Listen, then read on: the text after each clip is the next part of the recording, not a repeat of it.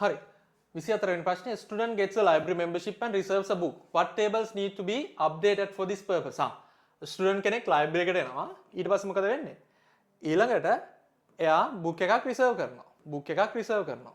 book reservation එකක්. reserve. හරි. එහෙම වුණාම මොකද්ද මොන tables update වෙන්න ඕනේ?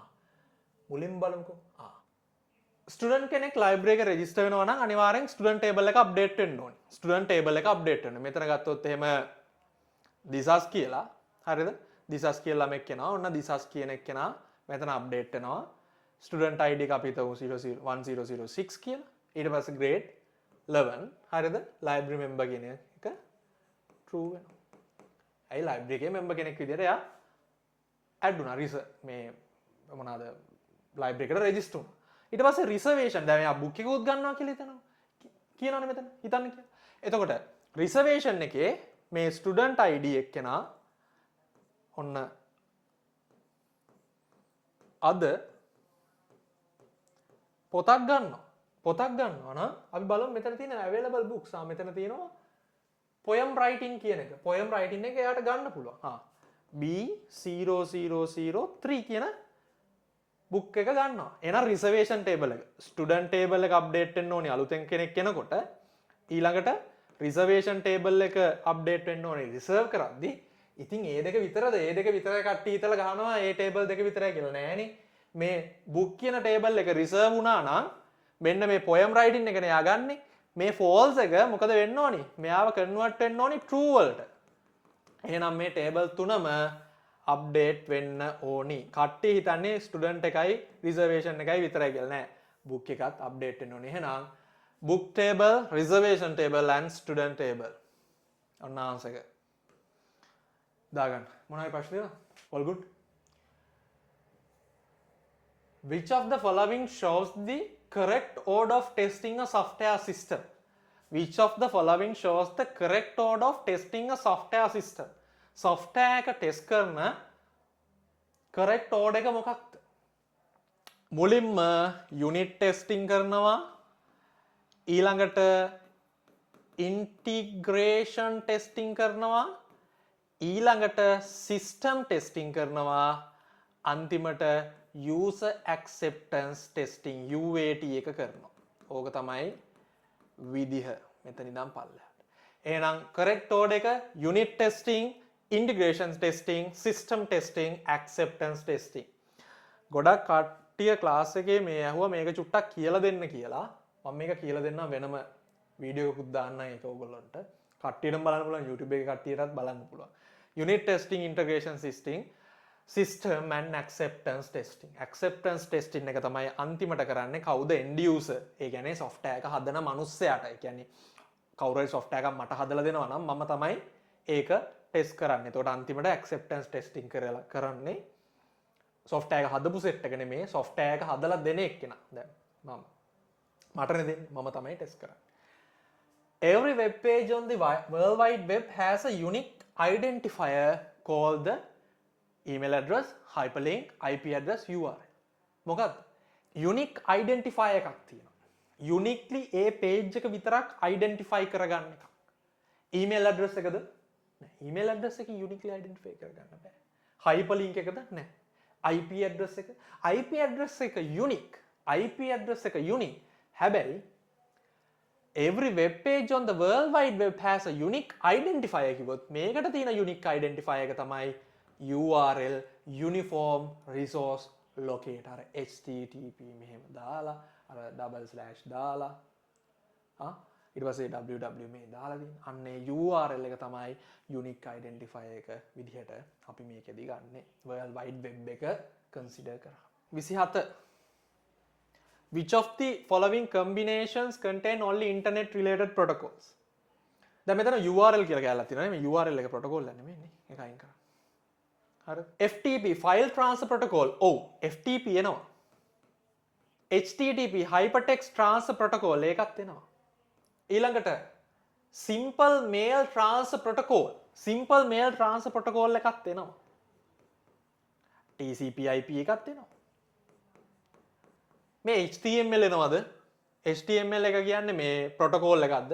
hypertext markup language මේක scripting language එකක් web page හදන්න internet related protocol එකක් නෙමෙයි එහෙනම් answer එක මේක මේ HTML දැක්ක ගමන් මේවා අයින් කරන්න තිබ්බ බට් ඕගලන්ට explain කරන්න තමයි එහෙම කිව්වේ file transfer protocol hypertext transfer protocol simple mail transfer protocol TCP IP ඉස්සරහට A level වලදී ඔයගොල්ලෝ ඉගෙන ගන්නතොත් ICT මේ TCP IP OSI ISO ඔවා ගැන ඉගෙන ගනි හරි Which of the following combinations represent only the services of the internet? මොනවාද services?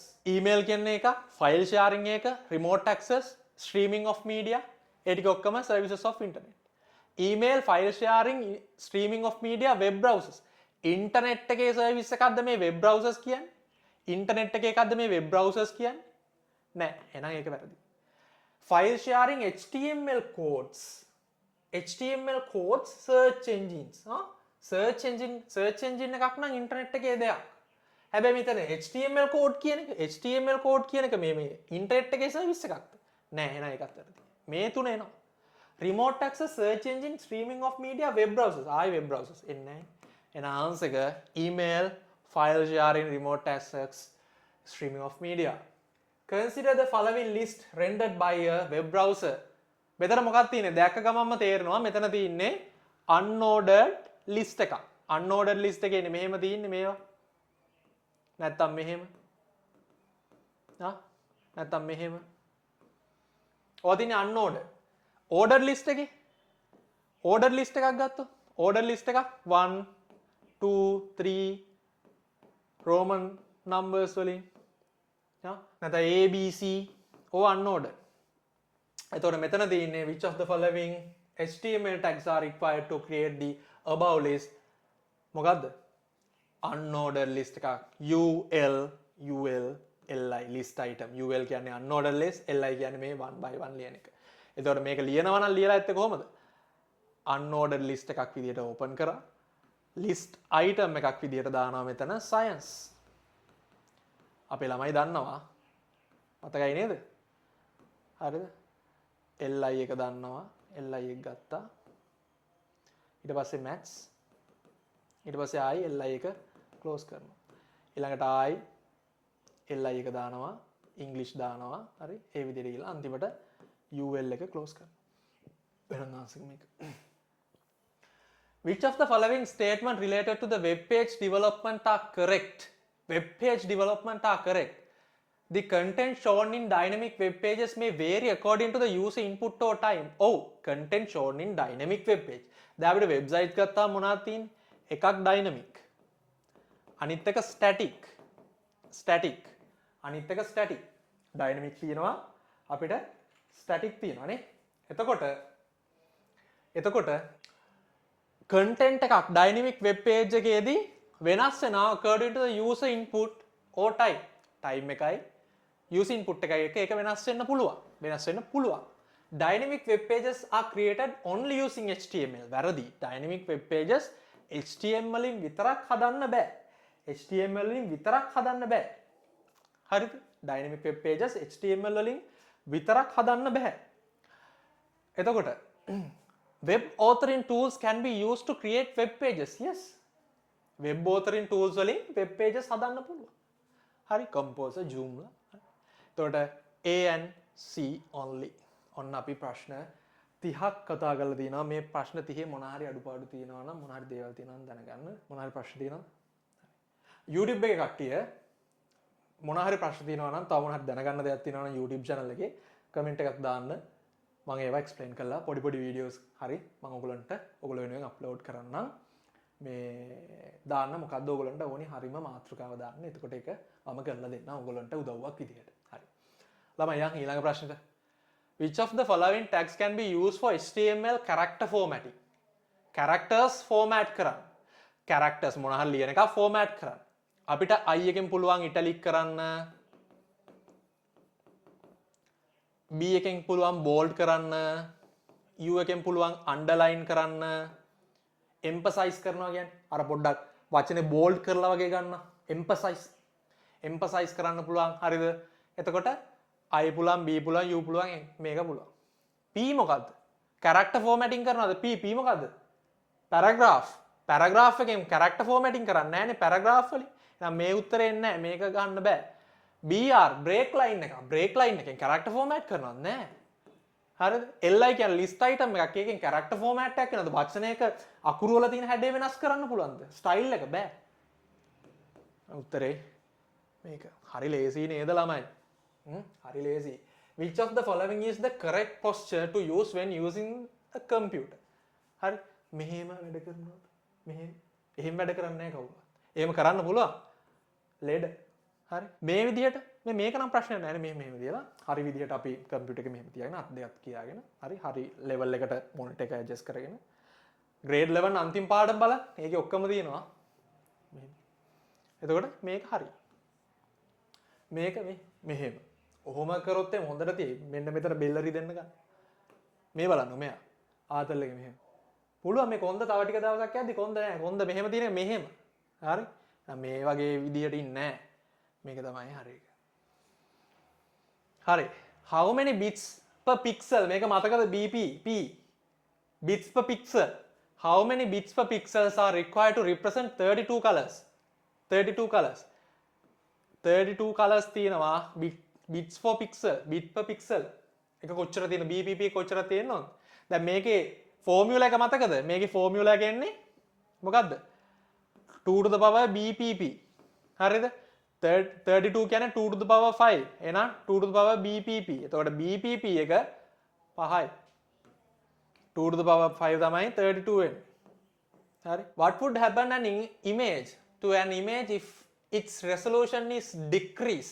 Resolution එක decrease කරාම මොකද්ද වෙන්නේ? මොකද්ද වෙන්නේ? හිතන්න බලන්න. මොකද්ද වෙන්නේ? resolution එක decrease කරොත් resolution එක decrease කරොත් වැඩි කරොත් quality එකයි file size එකයි දෙකම decrease වෙනවා. හොඳට මතක තියාගන්න resolution එක decrease කරොත් උඩට දැම්මොත් වැඩි කරොත් size එක ඒ file එකේ size එක graphic එකේ size එකයි quality එකයි දෙකම වැඩි වෙනවා. Okay. Which of the following statements are true? Pascal is an example of a high-level programming language. Yes, true. High-level language programs are easier for the programs to understand than low-level language programs. Yes. කවුද මේ first programmer? කවුද first programmer? Ada Augusta Lovelace. Father of the computer? Charles Babbage.